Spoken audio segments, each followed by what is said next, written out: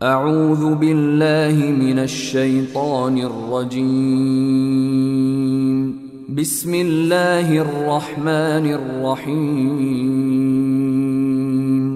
الحمد لله رب العالمين الرحمن الرحيم مالك يوم الدين إياك نعبد وإياك نستعين اهدنا الصراط المستقيم صراط الذين أنعمت عليهم غير المغضوب عليهم ولا الضالين.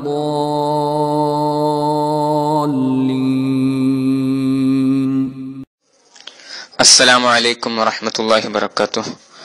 ഏറ്റവും ബഹുമാനാദരവുകൾ നിറഞ്ഞ ആലിമീങ്ങളെ, അല്ലാഹു സുബ്ഹാനഹു വ തആല രണ്ട് ലോകത്തും വിജയിക്കുന്ന നല്ലവരിൽ നമ്മെ എല്ലാവരെയും ഉൾപ്പെടുത്തി അനുഗ്രഹിക്കട്ടെ, ആമീൻ. ബഹുമാനപ്പെട്ട സൈനുദ്ദീൻ മഖ്ദൂം റളിയല്ലാഹു അൻഹു അവരുടെ ഫത്ഹുൽ മുഈൻ എന്ന കിതാബാണ് നമ്മളിവിടെ ഈ ഗ്രൂപ്പിൽ ചർച്ച ചെയ്യാൻ ഉദ്ദേശിക്കുന്നത്.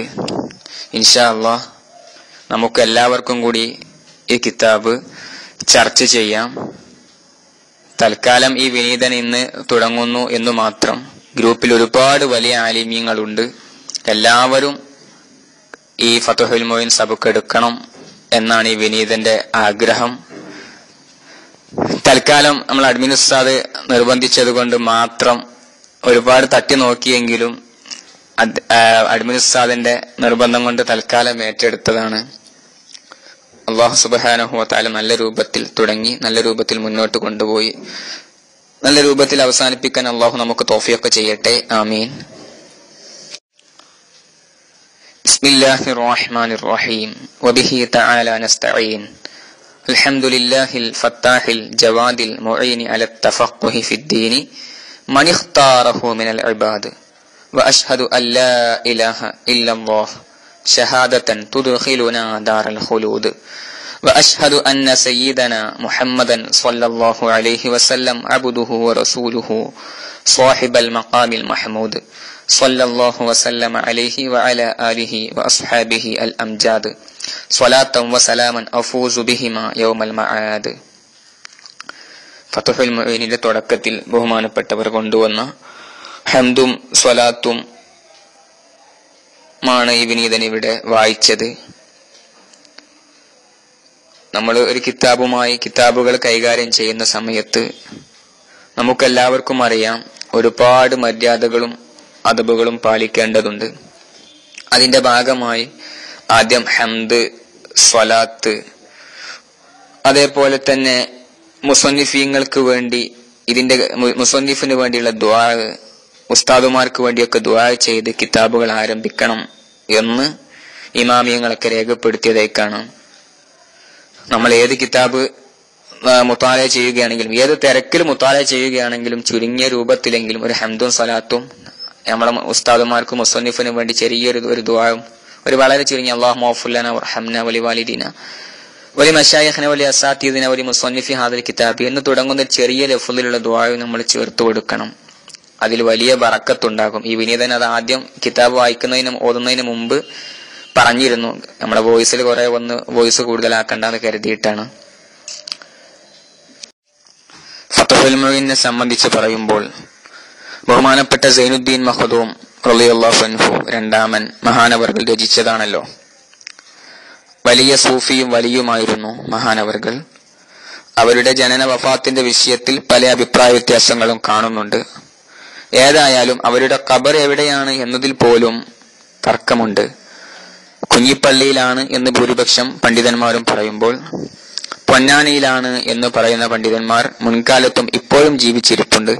ഏതായാലും അത്രയും ഹുമൂൽ ശുഹറത്ത് ആഗ്രഹിക്കാതെ ജീവിച്ചൊരു മഹാനായിരുന്നു എന്നതിന് വലിയ രേഖ തന്നെ അതാണ്.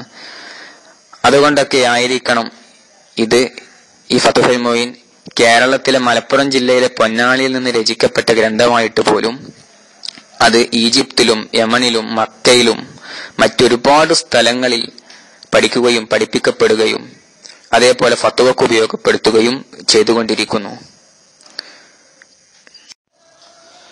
ഫത്ഹുൽ മുഈനുമായി ബന്ധപ്പെട്ട് പറയുമ്പോൾ, ഫത്ഹുൽ മുഈനുമായി ബന്ധപ്പെട്ട് ഒരുപാട് കിതാബുകൾ രചിക്കപ്പെട്ടിട്ടുണ്ട്. നമുക്കറിയാം, ബഹുമാനപ്പെട്ട സയ്യിദുൽ ബക്കരി റളിയല്ലാഹു അൻഹു ഈജിപ്തുകാരനാണ്.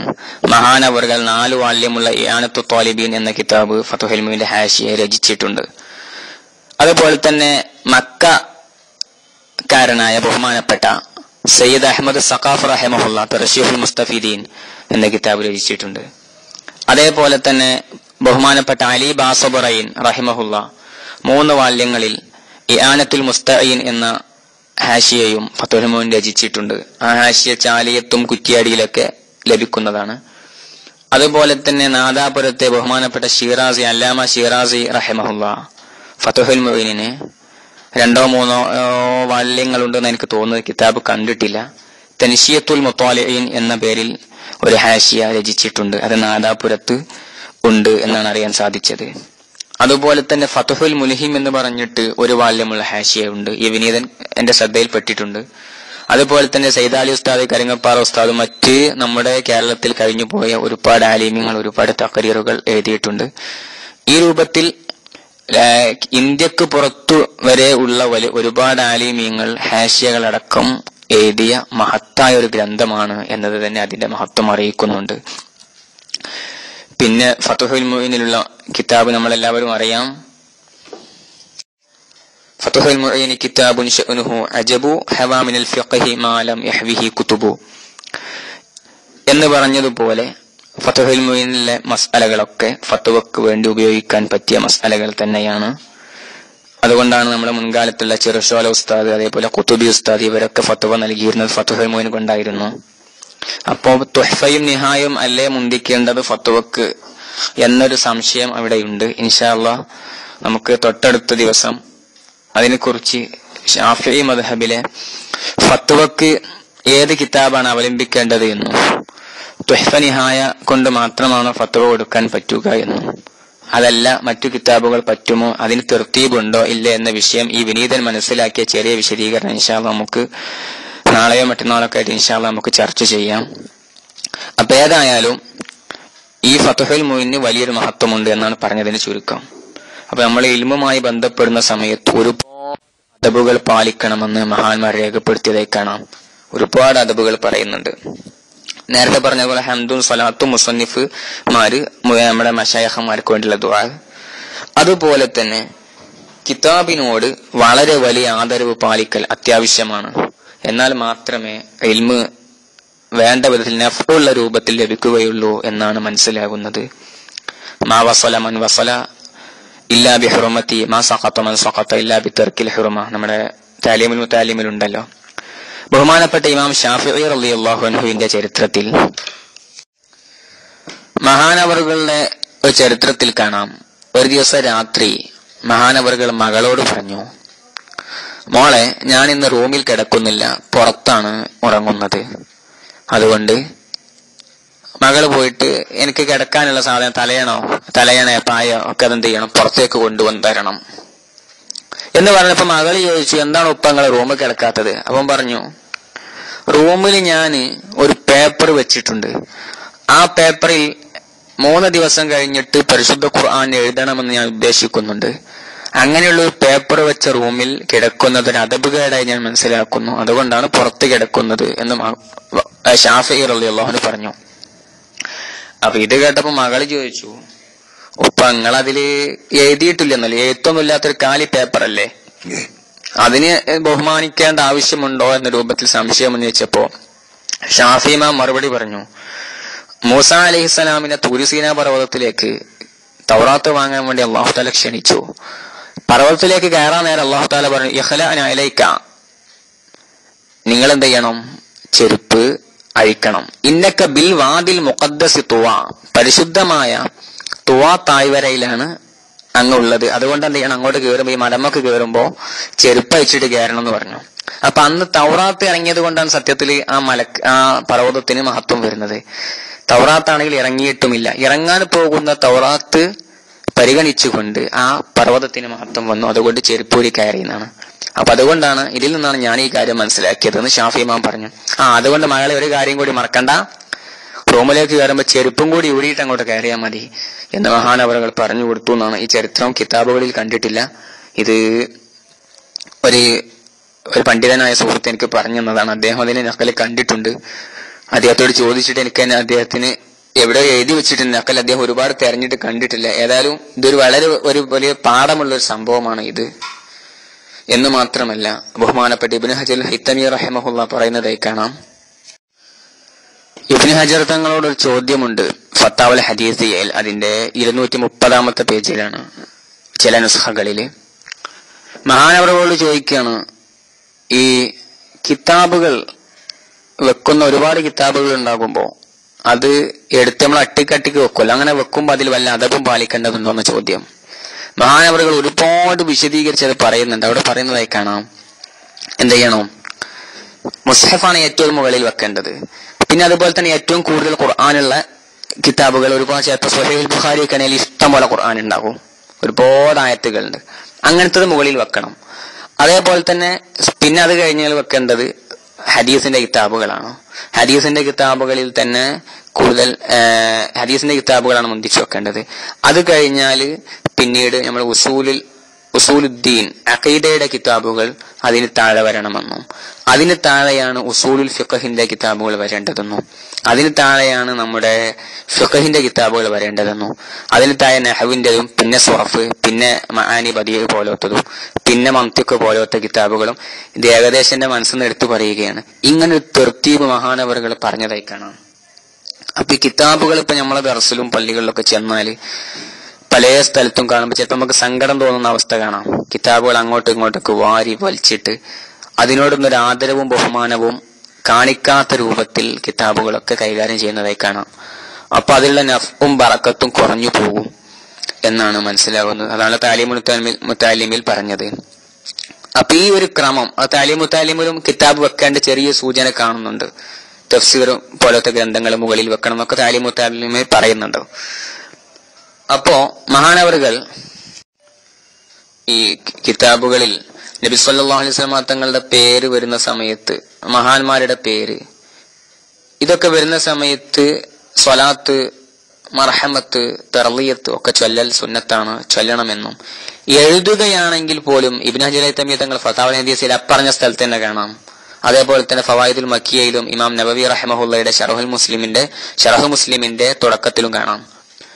നബിത്തങ്ങളെ പേരെഴുതുമ്പോ സ്വല്ലല്ലാഹു തആല അലൈഹി വസല്ലം പൂർണ്ണമായി എഴുതണമെന്നും, നേരെ മറിച്ച് സ്വല്ലഅം എന്നോ സ്വാദ് ലാമ ഐനി മീം ചുരുക്കി എഴുതാറുണ്ട്. അല്ലെങ്കിൽ വെറും സ്വാദോ എഴുതി വെക്കൽ അദബ് കേടാണെന്നും, അതുപോലെ മഹാന്മാരെ പേര് വരുന്ന സമയത്ത് റളിയല്ലാഹു തആല അൻഹു പൂർണ്ണമായി എഴുതണമെന്നും, അതിലൊന്നും ഷോർട്ട് ഫോമുകൾ ചുരുക്കി എഴുതരുതെന്നും, അങ്ങനെ ചുരുക്കി എഴുതുന്നത് അത് മഹറൂമീൻ ബറക്കത്ത് തടയപ്പെട്ടവരുടെ ലക്ഷണമാണെന്നും, ഒരുപാട് ബറക്കത്തുകൾ നഷ്ടപ്പെട്ടു പോകുമെന്നും ഇമാം നബവി റഹിമഹുല്ലയും ഇബ്നു ഹജർ ഹൈതമി റഹിമഹുല്ലയും ഒക്കെ എഴുതി രേഖപ്പെടുത്തിയതായി വിനീതൻ ഓർക്കുന്നുണ്ട്. അപ്പൊ നമുക്ക് അവിടെ പറയുന്നുണ്ട്, ചിലപ്പോ നമുക്ക് ഒരുപാട് വട്ടം മടക്കി നമ്മൾ എന്തോ ഒരു വിഷയം നക്കൽ എഴുതിയെടുക്കുകയാണ്. നമ്മളിങ്ങനെ എഴുതിയോണ്ടിരിക്കുമ്പോൾ ഒരുപാട് തവണ മഹാന്മാരെ പേര് വരുമ്പോ വീണ്ടും എഴുതൽ ചടപ്പായിരിക്കും.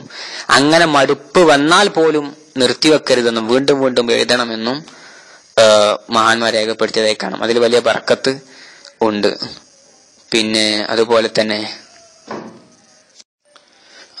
തന്നെ ഇപ്പൊ ചിലപ്പോ നമ്മളൊരു കിതാബ് നോക്കി പകർത്തി എഴുതുമ്പോ അതിന്റെ അസുല് കോപ്പി ചിലപ്പോ തർളിയത്ത് എഴുതിയിട്ടുണ്ടാകൂല, അല്ലെങ്കിൽ മർഹമത്ത് എഴുതിയിട്ടുണ്ടാകൂല.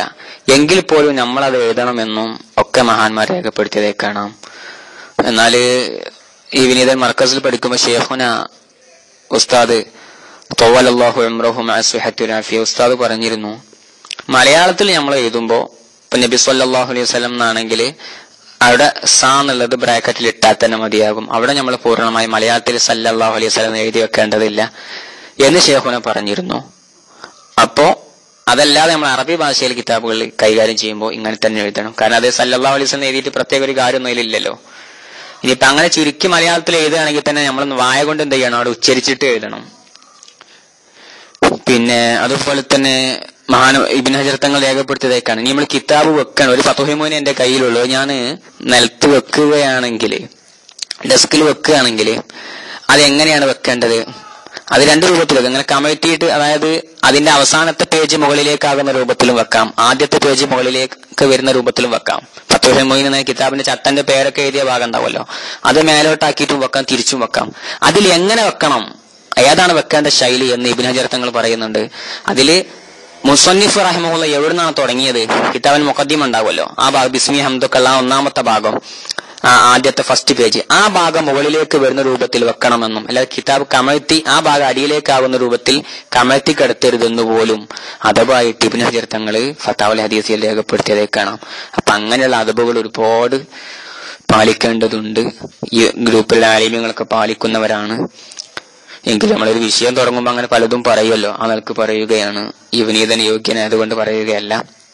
അപ്പൊ ഇങ്ങനെ ഒരുപാട് ഹുർമത്തുകളെ നമ്മൾ പാലിച്ചാൽ വലിയ ബറക്കത്ത് ഇൽമുലുണ്ടാകും. അല്ലാഹു തആല നമ്മുടെ ഇൽമുലൊക്കെ വലിയ ബറക്കത്ത് നൽകുമാറാവട്ടെ, ആമീൻ. പിന്നെ നമ്മളൊക്കെ ദർസും അതേപോലെ മദ്രസയൊക്കെ ഉള്ള ഉസ്താദുമാരാണ് ഉണ്ടാവും അതിലെല്ലാവരും, ഭൂരിപക്ഷ ആളുകളും. അപ്പൊ മദ്രസയിലെ കുട്ടികളുടെ അടുക്കലൊക്കെ എന്ത് പല അപാകതകൾ ഉണ്ടാകും കുട്ടികളാകുമ്പോൾ. അപ്പൊ നമ്മളെ വ്യക്തിപരമായിട്ട് നമ്മളോട് എന്തോ അപാകത കാണിച്ചാൽ നമ്മൾ ഭയങ്കര സ്ട്രോങ് ആകും. നേരെ മറിച്ച് കിതാബിനോടൊക്കെ ഈ വേണ്ട വിധം അല്ലെങ്കിൽ മുസ്ഹഫിനോടൊന്നും വേണ്ട വിധം ആദരവില്ലെങ്കിൽ അതിൽ നമ്മൾ ഭയങ്കര കണിശമായിട്ട് അവരെ അദബ് പഠിപ്പിക്കേണ്ടതുണ്ട്. വ്യക്തിപരമായ അദബുകേടുകൾ നമുക്ക് എന്ത് ചെയ്യാം, വിട്ടുവീഴ്ച ചെയ്യാം. ഇമാം പറയുന്നുണ്ടല്ലോ ശറഹ് മുഅദ്ദബിന്റെ മുഖദ്ദിമയിൽ, ആദാബുൽ മുഅല്ലിം എന്നിട്ട് ഒരുപാട് വിശദീകരിക്കുന്ന കൂട്ടത്തിൽ വയസ്ബിറു അലാ ജഫാഇഹിം, ശിഷ്യന്മാർ പല അബദ്ധങ്ങളും നമ്മളോട് ഇങ്ങോട്ട് കാണിക്കും, അതൊക്കെ ക്ഷമിക്കണം ഒരു മുഅല്ലിം ആകുമെന്ന് പറയുന്നുണ്ട്. നമ്മൾ അതിലേക്ക് ചിലപ്പോൾ ഒരു പക്ഷെ സ്ട്രോങ് ഉണ്ടാക്കാം, മറ്റതിൽ നമുക്ക് സ്ട്രോങ് കുറവായിരിക്കും. അദബിന്റെ വിഷയത്തിൽ കിതാബുമായി ഇൽമുമായി ബന്ധപ്പെട്ട വിഷയത്തിലുള്ള അദബിൽ ഭയങ്കര കണിശത നമ്മൾ പാലിക്കേണ്ടതുണ്ട്. കുട്ടികളെ എങ്ങനെ പരിചരിക്കണമെന്ന വിഷയം ഇമാം നവവി റഹിമഹുള്ള ശറഹുൽ മുഅദ്ദിബിന്റെ തുടക്കത്തിലും, ഇമാം ഗസാലി റഹിമഹുള്ള വലായിഫുൽ മുഅല്ലിം എന്ന് പറഞ്ഞ് ഇഹ്യയുടെ തുടക്കത്തിലും, അതേപോലെ ഇഹ്യ 3-ാം ജുസയില് ഈ ഷേഖ് ത്വരീഖത്തിനെ പറ്റിയൊക്കെ പറയുന്നിടത്ത് തർബിയത്തു സുബിയാൻ എന്ന് പറഞ്ഞ അധ്യായമുണ്ട്. അതൊക്കെ ഉസ്താദന്മാർ ശ്രദ്ധയിൽപ്പെട്ടിരിക്കും. ആ ഭാഗങ്ങളിൽ ഒരുപാട് നല്ല മനഃശാസ്ത്രപരമായ വിഷയങ്ങളടക്കം കുട്ടികളെ കൺട്രോൾ ചെയ്യുന്ന നല്ല ഒരുപാട് അദബുകൾ അവിടെ പറയുന്നുണ്ട് എന്ന് സാന്ദർഭികമായി ഓർമ്മയിൽ വന്നപ്പോൾ ഉണർത്തുകയാണ്. അതുപോലെ തന്നെ മറ്റു ശ്രദ്ധിക്കേണ്ട ഒരു വിഷയം, മറ്റുള്ളവർക്ക് ചെയ്ത ഗുണങ്ങൾ എടുത്തു പറയൽ അനുവദനീയമല്ല. പൊതുവെ അതിൽ പറ്റുന്ന 3 വിഭാഗത്തിൽ ഒന്ന് അംബിയാക്കളാണ് അലൈഹിമുസ്സലാം, 2 ആരാണ്, ഷേഖന്മാർ ഉസ്താദുമാര്, ഉസ്താദുമാർക്ക് ചെയ്ത ഗുണങ്ങൾ എടുത്തു പറയാവുന്നതാണ്. 3 അതേപോലെ തന്നെ വാലിദ്, രക്ഷിതാവ്, മാതാപിതാക്കൾക്ക് വേണമെങ്കിൽ എടുത്തു പറയാം. നിന്നെ ഞാനല്ലടാ പഠിപ്പിച്ചത്, നിനക്കിത് ചെയ്തു തന്നത് ഞാനല്ലേ, നിനക്ക് ഈ സൗകര്യങ്ങളൊക്കെ ഞാൻ ചെയ്തു തന്നില്ലേ, അല്ലെങ്കിൽ ഉസ്താദാണെങ്കിൽ നിനക്ക് 5 വർഷമായി നിനക്ക് ഞാൻ കിതാബ് ഓതി തരുന്നു, എന്നിട്ട് പോലും ഞാൻ പറയുന്നത് നീ കേട്ടില്ലല്ലോ എന്നുള്ള ശൈലിയൊക്കെ വേണമെങ്കിൽ ഉസ്താദുമാർക്ക് ഉപയോഗപ്പെടുത്താം. അത് അനുവദനീയമായ ഘട്ടമാണ്, സംഗതിയാണ് എന്ന് ഇമാമിങ്ങൾ രേഖപ്പെടുത്തിയിട്ടുണ്ട്. ഇതല്ലാത്ത രൂപത്തിൽ പൊതുവെ എടുത്തു പറയരുത്. അത് അവരെ ബുദ്ധിമുട്ടാക്കാനും പറയാൻ പാടില്ല. അതല്ലെങ്കിൽ പ്രസിദ്ധിക്ക് വേണ്ടിയോ റിയാഇന് വേണ്ടി അതൊന്നും, അല്ലെങ്കിൽ വെറുതെ എങ്ങനെ എടുത്തു പറയും. അത് നമ്മളൊരു സ്വഭാവമാണ്. ഇപ്പൊ ഹജ്ജിനൊക്കെ പോയി വന്നാല് ആളുകൾ എന്ത് ചെയ്യൂ, അവിടെ ഉണ്ടായ സംഭവങ്ങളും അജായിബൊക്കെ ഇങ്ങനെ വിളിച്ചു പറയും. ഒക്കെ ഗസാലിമാ പറയുന്നുണ്ട് അതൊക്കെ ഫുളൂലുൽ കലാമിൽ പെട്ടതാണെന്നും അതൊന്നും പറയരുത് എന്നും ഗസാലി ഇമാം റഹിമഹുല്ല ഇഹ്യ 3-ലാണ് എന്നാ ഓർക്കുന്നത്. അവിടെ ഒരുപാട് വിശദീകരിക്കുന്നുണ്ട്, അവിടെ പറയുന്നുണ്ട്. അങ്ങനെ ഒരു വിഷയം, ഒരാവശ്യമില്ലാത്ത ഒരുപാട് നമ്മൾ ചെയ്ത ഒരുപാട് കാര്യങ്ങൾ ഇങ്ങനെ എടുത്തു പറഞ്ഞുകൊണ്ടിരിക്കുക, അത് പാടില്ല എന്നും അതുകൊണ്ട് നമ്മുടെ സൽക്കർമ്മങ്ങൾക്ക് വലിയ കോട്ടം സംഭവിക്കുമെന്നും നബി സല്ലല്ലാഹു അലൈഹി വസല്ലം തങ്ങൾ പറഞ്ഞിട്ടുണ്ട്. ഇമാം ബൈഹഖി റളിയല്ലാഹു അൻഹു റിപ്പോർട്ട് ചെയ്യുന്നതായി കാണാം. നമ്മൾ ഇമാമിയങ്ങൾ അഭിപ്രായങ്ങൾ ഉദ്ധരിക്കുമ്പോൾ, അതല്ലെങ്കിൽ ഇന്ന് ജീവിച്ചിരിക്കുന്ന വലിയ ആലിമ്യങ്ങളുടെ വ്യത്യസ്ത വീക്ഷണങ്ങൾ ഉദ്ധരിക്കുമ്പോൾ മറ്റൊരു ആലിമിനെ തൻഖീസാക്കുന്ന രൂപത്തിൽ വിഷയം ഒരിക്കലും കൈകാര്യം ചെയ്യാൻ പാടില്ല. ഇന്ന ആലിമിന് ഇങ്ങനെ അഭിപ്രായമുണ്ട്, ഇന്ന ആലിമിന് ഇങ്ങനെ അഭിപ്രായമുണ്ട് എന്ന് പറയുകയും എന്നിട്ട് വിഷയം നമുക്ക് അവതരിപ്പിക്കാം. നമുക്കൊരു ഭാഗത്തേക്ക് കൽബിനൊരു മൈലാനും റുജിഹാനൊക്കെ ഉണ്ടാകും, അത് നമുക്ക് അവതരിപ്പിക്കാനുള്ള തെളിവുകളൊക്കെ പറയാം. എങ്കിലും മറ്റേ ഭാഗം ഒരു തൻഖീസാക്കിയിട്ട് ഒരു മോശമാകുന്ന ശൈലിയിലേക്ക് കാണിക്കാൻ ഒരിക്കലും പാടില്ല. അപ്പൊ ഇൽമിലുള്ള ബറക്കത്ത് കുറഞ്ഞു പോകും. ബഹുമാനപ്പെട്ട ഇമാമുൽ ഹറമൈനി റളിയല്ലാഹു അൻഹു ആണെന്ന് ഞാൻ ഓർക്കുന്നത്, അല്ലെങ്കിൽ അവരുടെ ഉപ്പ അബൂ മുഹമ്മദ് ജുവൈനി റളിയല്ലാഹു അൻഹു, രണ്ടിലൊരു മഹാനാണ്. അവരെ കൊണ്ട് വലിയ ഉപകാരം ഷാഫി മദ്ഹബിന് കിട്ടിയിട്ടുണ്ട്, 2 ആളാണെങ്കിലും ശരി. കാരണം അബൂ മുഹമ്മദ് ജുവൈനി തങ്ങളെ പറ്റിയിട്ട് ഇമാമിയങ്ങൾ പറഞ്ഞത്, അള്ളാഹു തആല എങ്ങാണ് ഈ ഉമ്മത്തിലേക്ക് ഒരു നബിനെ ഇനി അയക്കുകയാണെങ്കിൽ ലക്കാന അബൂ മുഹമ്മദ് ജുവൈനി നബിയ ആണ് എന്റെ ഓർമ്മ. ഇമാം അബൂ മുഹമ്മദ് ജുവൈനി റഹിമഹുല്ല നബിയാകുമായിരുന്നു എന്നുവരെ ഇമാമിയങ്ങൾ രേഖപ്പെടുത്തിയതായി ഫവായിദുൽ മദനിയയിലൊക്കെ കാണാം. അങ്ങനത്തെ മഹാനവർകള്, അതല്ലെങ്കിൽ അവരുടെ മകൻ ഇമാമുൽ ഹറമൈനി തങ്ങൾ. ഇമാമുൽ ഹറമൈനി എന്ന് പറഞ്ഞാൽ വസാലി ഇമാമിന്റെ ഉസ്താദാണല്ലോ. വസാലി ഇമാമിന്റെ ബസീത്ത് എന്നുള്ള കിതാബ് എന്നുള്ള ഷാഫി മദ്ഹബ് പോലെ മൊത്തം കിതാബ് പോകുന്നത് എന്ന് പറഞ്ഞാൽ തെറ്റില്ലല്ലോ. അങ്ങനെയുള്ള അതിന്റെ തെർത്തീബ് ഇമാമിയങ്ങൾ പറയുന്നത്. ഏതായാലും അത്രയും ഷാഫി മദ്ഹബിൽ ഇത്ര ഉപകാരം കിട്ടിയ മഹാന്മാരായി മാറാൻ കാരണം പറയുന്നത് ഈ രണ്ടിലൊരു മഹാനാട്ടോ. അവരുടെ ചരിത്രത്തിൽ മുമ്പ് വിനീതൻ കണ്ടതാണ്. ആ ചരിത്രം തബഖാത്തു ഷാഫിയത്തിൽ കുബറയിലുണ്ട്, അതേപോലെ നുസ്ഹത്തുൽ മജാലിസിലും ഉണ്ട്. അപ്പോ ഏതായാലും അവിടെ ഇൽമിന് ഇത്ര ഉപകാരം കിട്ടാൻ കാരണം മുൻഗാമികളായ ആലിമീങ്ങളുടെ അഭിപ്രായങ്ങൾ പലതും വരും. ഈ അഭിപ്രായം വരുമ്പോൾ ഒരഭിപ്രായത്തെ മോലത്ത് എന്ന് പറഞ്ഞ് ആക്ഷേപിക്കുകയില്ല. അതെങ്ങനെങ്കിലൊക്കെ തെവീൽ ചെയ്ത് വ്യാഖ്യാനിച്ചൊപ്പിക്കുന്ന നല്ല സ്വഭാവം അവർക്കുണ്ടായിരുന്നു. അതുകൊണ്ടാണ് ഇത്രയും വലിയ നഫ് അവരെ ഇൽമ കൊണ്ടുണ്ടാവാൻ കാരണമെന്ന് ഇമാമികൾ രേഖപ്പെടുത്തിയതേ കാണാം. അപ്പൊ ഈ ഒരു ശൈലി ഇപ്പൊ നമ്മൾ ചിലപ്പോ ചിലത് രാജിയാക്കാൻ വേണ്ടിയിട്ട് മറ്റതിന് എന്ത് ചെയ്യരുത്, അടിച്ചു താഴ്ത്തുന്ന ശൈലി ഒഴിവാക്കുകയും അങ്ങനെ അഭിപ്രായം ഇങ്ങനെയുണ്ട്. അപ്പൊ നമുക്ക് നമ്മളെ മനസ്സിന് ചായവുള്ളതനുസരിച്ച് വേണമെങ്കിൽ പറഞ്ഞു കൊടുക്കാം. പക്ഷെ മറുഭാഗത്ത് ഇടിച്ചു താഴ്ത്തുന്ന ശൈലിയിലേക്കുള്ള സംസാരം അത് ബറക്കത്ത് കുറയുമെന്നാണ് മനസ്സിലാകുന്നത്. ഇങ്ങനെ ആദരവ് സൂക്ഷിച്ചത് കൊണ്ട് തന്നെ അവർക്ക് വലിയ ബറക്കത്തുണ്ടായിരുന്നു എന്ന് മാത്രമല്ല. ഇപ്പൊ നമ്മളെ ഫവായിദുൽ മദനിയയിൽ കാണാം, ഇബ്നു ഹജറുൽ ഹൈതമി റളിയല്ലാഹു അൻഹു, ഇമാം ഇബ്നു സിയാദുൽ യമനി റളിയല്ലാഹു അൻഹു, ഇവർ തമ്മിൽ ഒരു വിഷയത്തിൽ ഒരു മസ്അലയിൽ തർക്കമുണ്ടായിരുന്നു. അങ്ങനെ അങ്ങോട്ടും ഇങ്ങോട്ടും ഒരുപാട് റിസാലകളും ഖണ്ഡനങ്ങളും എഴുതിയിട്ടുണ്ട്. അതിന്റെ ചില റിസാലകൾ ഫത്താവുൽ കുബറയിൽ കാണാം. ആ റിസാല എടുത്തുദ്ധരിച്ചിട്ടുണ്ട്. ഏതായാലും അത് അങ്ങോട്ടും ഇങ്ങോട്ടും പല തവണ അങ്ങോട്ടും ഇങ്ങോട്ടും എഴുതുകയും പല വിഷയങ്ങൾ ഉണ്ടായിട്ടുണ്ട്. ഏതായാലും ഇമാമിങ്ങൾക്കിടയിലുള്ള തർക്കങ്ങളൊന്നും അത് തഅസ്സുബ് കൊണ്ടോ ദേഷ്യം കൊണ്ടോ അല്ല എന്നും മറിച്ച് സ്വവാബിനെ വെളിവാക്കി കൊടുക്കാൻ വേണ്ടിയാണെന്നും വളരെ ആദരവ് അവരുടെ കൽബിലുണ്ടെന്നും വലത്ത് എന്ന് പറഞ്ഞാൽ പോലും മറ്റേ മഹാനെ ഇകഴ്ത്തലല്ല എന്നും ഒക്കെ ഫവായിദുൽ മദനിയയിൽ ഇമാം ഖുർദി റഹിമഹുല്ലാഹ് രേഖപ്പെടുത്തിയതേ കാണാം. ഏതായാലും ഇവരുടെ ഇടയിൽ അങ്ങനെ പല വിഷയങ്ങളും ഉണ്ടായിരുന്നു. അവരെ ആദരവുകൾ കീപ്പ് ചെയ്തുകൊണ്ട് തന്നെ അങ്ങനെ പല കോലത്തിലും അവിടെ ഉണ്ട് വിഷയം. ഫവായിദുൽ മദനിയെ നോക്കിയാൽ മനസ്സിലാക്കാം. അതിലേക്ക് വിനീതൻ ഇപ്പോൾ കടക്കുന്നില്ല. അപ്പൊ ഏതായാലും ഇവർ രണ്ടുപേരും ബഹുമാനപ്പെട്ട സൈനുദ്ദീൻ മഖ്ദൂം റളിയല്ലാഹു അൻഹുവിന്റെ ഉസ്താദുമാരാണല്ലോ. ഈ രണ്ട് പേരും തമ്മിൽ അങ്ങോട്ടും ഇങ്ങോട്ടും തർക്കമുണ്ടെങ്കിലും മഹാനവർകൾ ഈ രണ്ടു പേരോടും വലിയ ആദരവ് പാലിച്ചിരുന്നു. ഫതുഹുൽ മുഈനിൽ കാണാം, ഖാല ശൈഖാന ഇബ്ന സിയാദ് വ ഹജറിൻ, നമ്മുടെ രണ്ട് ശൈഖന്മാര് ഇബ്നു ഹജർ തങ്ങളും ഇബ്നു സിയാദ് തങ്ങളും റഹിമഹുമുല്ലാഹു തആല രണ്ടുപേരും പറഞ്ഞു എന്ന് പറഞ്ഞാൽ തന്നെ ഒരുപാട് സ്ഥലത്ത് നമുക്ക് കാണാൻ പറ്റും. ഫതുഹുൽ മുഈനിൽ രണ്ടുപേരെ എടുത്തുദ്ധരിക്കുന്നുണ്ട്. ഒരു ഉസ്താദിന്റെ പക്ഷം ചേരുന്ന സ്വഭാവം അവിടെ അല്ല. എല്ലാവർക്കും ഒരേ ആദരവും ബഹുമാനം കൊടുക്കുകയാണ്. അവരിടയിൽ പ്രശ്നമുണ്ടെന്ന് കരുതിയിട്ട് അവരിടയിൽ മസ്അല തർക്കമുണ്ടായിരുന്നു എന്നുള്ളത് പിൽക്കാലത്ത് വരുന്ന ഇവർ ഒരിക്കലും അങ്ങോട്ട് മൈൻഡ് ചെയ്യണമെന്നല്ല. അപ്പൊ നമ്മൾ ആ ഒരു വിഷയം ശരിക്കും നമ്മൾ മനസ്സിൽ വെക്കണം.